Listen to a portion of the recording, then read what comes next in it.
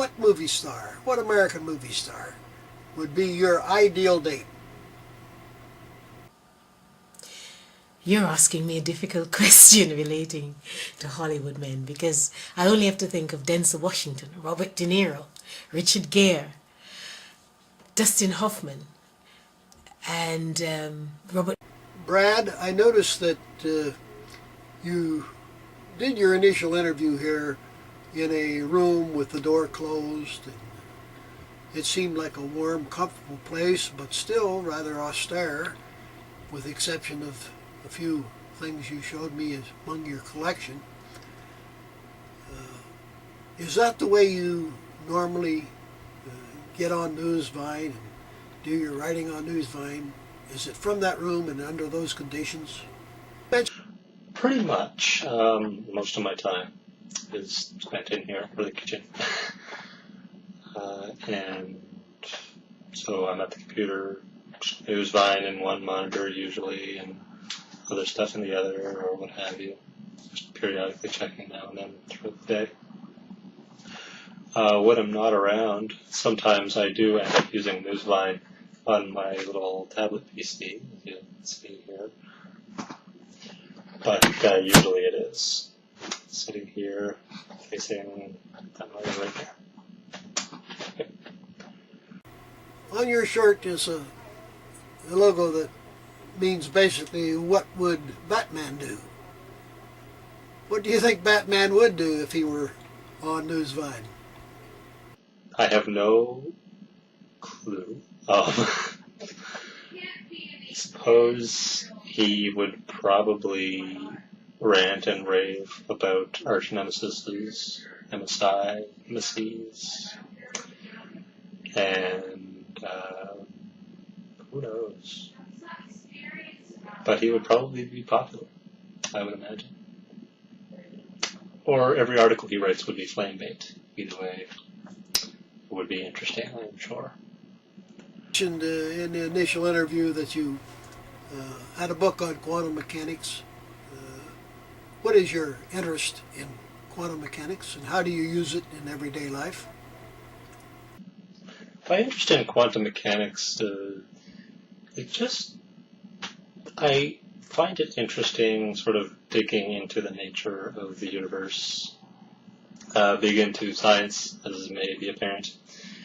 And so quantum mechanics being sort of one of the most interesting theoretical physics aspects of science these days interests me, probably at least in part because I'm not really big on math, so practical physics gets a little bit above my level of math aptitude, whereas a lot of quantum mechanics, currently at least, is based mostly in sort of theoretical and even philosophical ground, so it's a lot easier to sort of comprehend and deal with in conversation without having to take 4 or 5 years of math courses.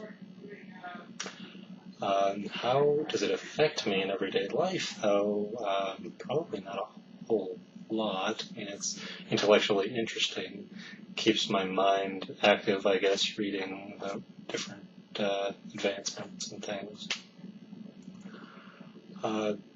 To a degree, my opinion that determinism is probably the most accurate concept to describe the apparent randomness of quantum mechanics and things in the quantum world, probably lead me to sort of deal with life a little bit more calmer and more peacefully than I might otherwise, just because of my understanding, or my opinion at least, that things are the way they are and it's the only way they could be, so worrying about it seems sort of silly. Just deal with things and move on.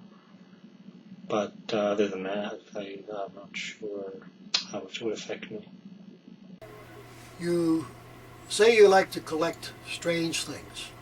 What is the strangest thing you've ever collected? What's the strangest thing you've ever collected?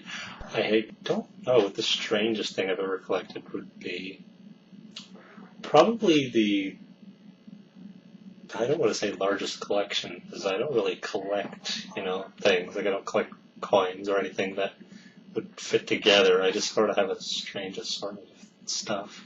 But I guess the closest you could come to a strange collection would be my constantly adding things to a pimp costume that I started building a few years ago.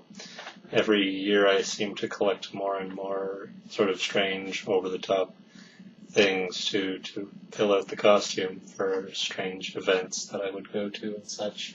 The big fuzzy hat being one of the main ingredients, as seen in my profile picture. The newest addition of which is actually a pair of dice cufflinks to go with my baby blue three-piece suit. So that's probably the strangest sort of collective amounts of objects that I would have. Brad, my next to last question is this. What has Newsvine done for you? How has it improved your life? Busy reading. Newsvine has helped me learn a lot of different things.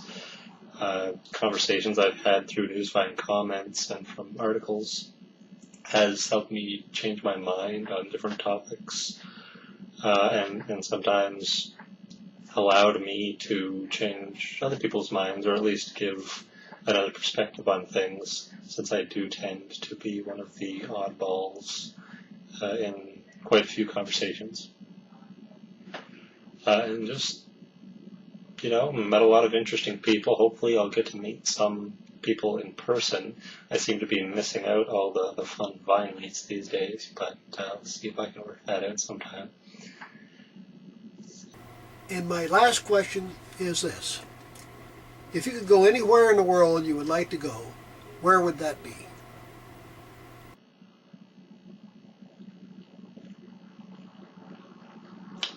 I don't know. If I had to just pick one place where I could go, I have no idea what I would pick. I would probably put a whole bunch of stuff in a hat, or pick one randomly off the internet, use a dartboard map, just throw sticky tack at my big upside down map and see, where it hit. I really have no idea where I would go on a trip like that. I think I would just pick some random location on a whim and try to have some adventure, because really I'm all for surprises and enjoy spur of the moment things. I have a backpack that's pretty much packed and ready to go at any time, that I can just pick up and go if I really felt the need to escape for a few days. And so I really don't know. Probably Europe somewhere if I had to choose, because I've never been, but don't know. I'm not much for planning. It would have to be a spur of the moment decision. So there you go. There are my answers. If you got more questions, or you want me to talk about something specific or what have you, just let me know, and I'll talk to you later. Thank you, Brad. Thank you much.